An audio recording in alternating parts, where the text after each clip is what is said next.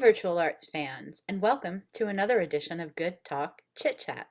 I'm Christy Patti, Director of Operations at Virtual Arts, and today I'll be talking to my friend, director, actor, and choreographer Ray Hatch. Thank you for tuning in. Enjoy. So Ray, it's so good to see you again. Yes. How connected are we? We Oh, really, it's crazy. The theater world, it's one of those, it really is a small, large community. Like it's really a small community. I call it a small street, a short block. It's a short block Yeah, because it really you see is. people at the end of the street, but you usually go that way. You know what I mean? You wave at them, "Hey," but you don't really know them, but you've seen them.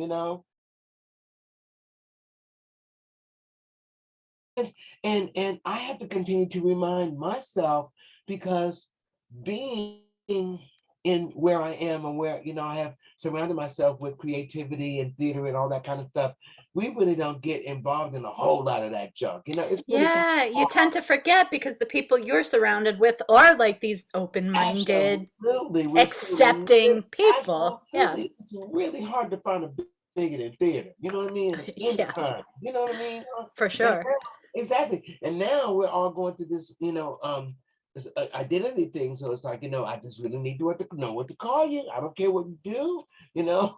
We really need to know. And especially in our theater world where we're trying to be inclusive. We just want to fit wherever you fit, wherever you feel you fit, wherever we fit, come on and play with us. Yeah. And I think that's wonderful. I'm really interested to see how that's going to work out. Maryland Ensemble Theater also has a DEI group. And of course, I think everybody had a DEI group when we came out of wherever we came from because everybody's lives matter, and people even got mad when you said that. So everything just needed to be addressed. And it really kind of needed to because everything was happening all at one time and then everything happened all at once. So Yeah. everything had to be addressed all at once. And then unfortunately we had a pandemic to battle and we didn't know Yeah. how. Let me back you up for a second. Please do. So you briefly mentioned Met, which I know is one of our fabulous theater companies here in Frederick. Yeah. Which and I like to think of Frederick as a big small town because we're at a population of about 70,000. They consider a mid-sized town about 100,000. I was wondering if you could say a little bit about maybe how you got involved with Met and what Met is trying to do with diversity and inclusion in their seasons that are coming up. Because they do the kind of work that I have always wanted to do. The Met is like a black box that's a big black box, and they do experimental theater, they do edgy stuff. And I got involved 5 years ago, I want to say, because the musical director of the choir at our church, RUCC, um, does also a lot of musical directing, around town.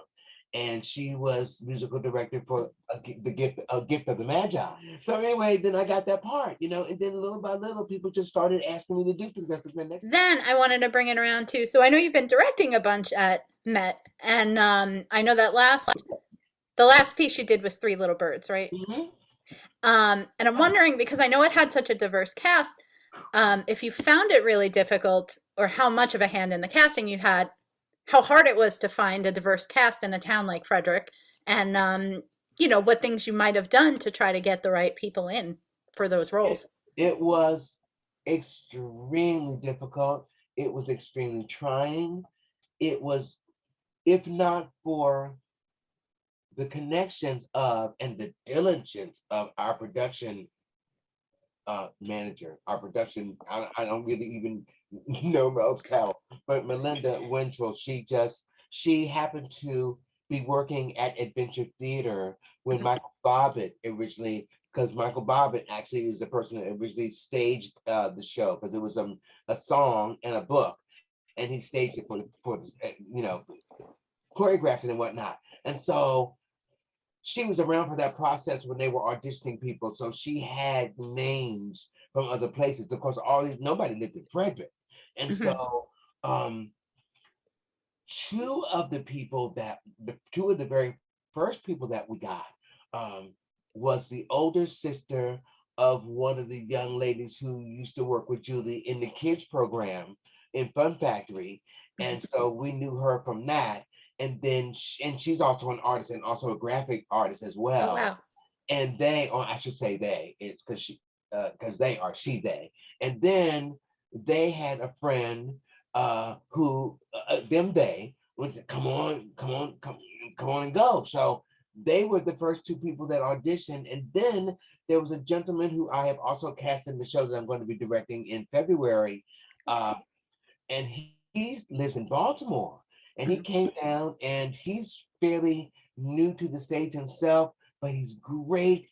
But we did not have two of the leads, the female lead, the male lead. And so it was difficult. But because of that, now we do have connections, and now we've contacted people. In fact, I have people that we contacted for Three Little Birds that have contacted us about auditioning for Detroit 67. So hopefully that will just keep happening, and we are working very hard at the Met to select projects that are good, tell a wonderful story, are not necessarily gender specific, because I would not even have a career if it wasn't for a non-traditional cast. I've got to say, every time I see what Met's doing when they announce their season, the shows that are coming up, they're not typical shows that you would see in a small town, small city theater company doing. I think they're doing an amazing array of even just talk about really like living a DEI mentality. Like I feel like some people say it, but I feel like the Met is really doing it. Yeah, 4 years ago, they did a show called Life After the Ruby Slippers. It was about being homeless. It had a cast of 9. I know at least 4 of them, maybe 5. I think 4 of them were actually homeless. And it was brilliant. It was just brilliant. This has been wonderful. It's been wonderful. Again, catching up and talking diversity, inclusion, and Frederick, Maryland. That's all the time we have for today's Chit Chat. If you want to hear more about this subject, please join us for our Good Talk, Diversity in Casting. Thanks, and have a great day.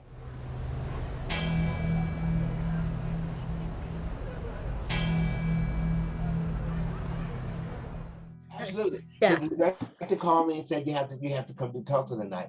I'm thinking, okay, this is Gypsy. This is like 1932. There's nobody in the world that this little black boy is going to be dancing around this little white girl. And like, I don't give a shit about that, So I was able to put Tulsa down on my, on my resume, which is